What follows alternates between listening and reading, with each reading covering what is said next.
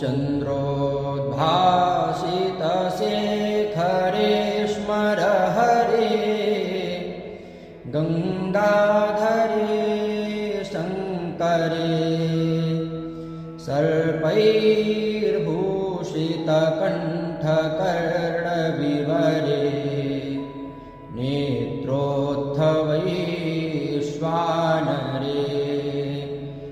दन्ती त्वकृतसुन्दराम्बरधरे त्रैलोक्यसारे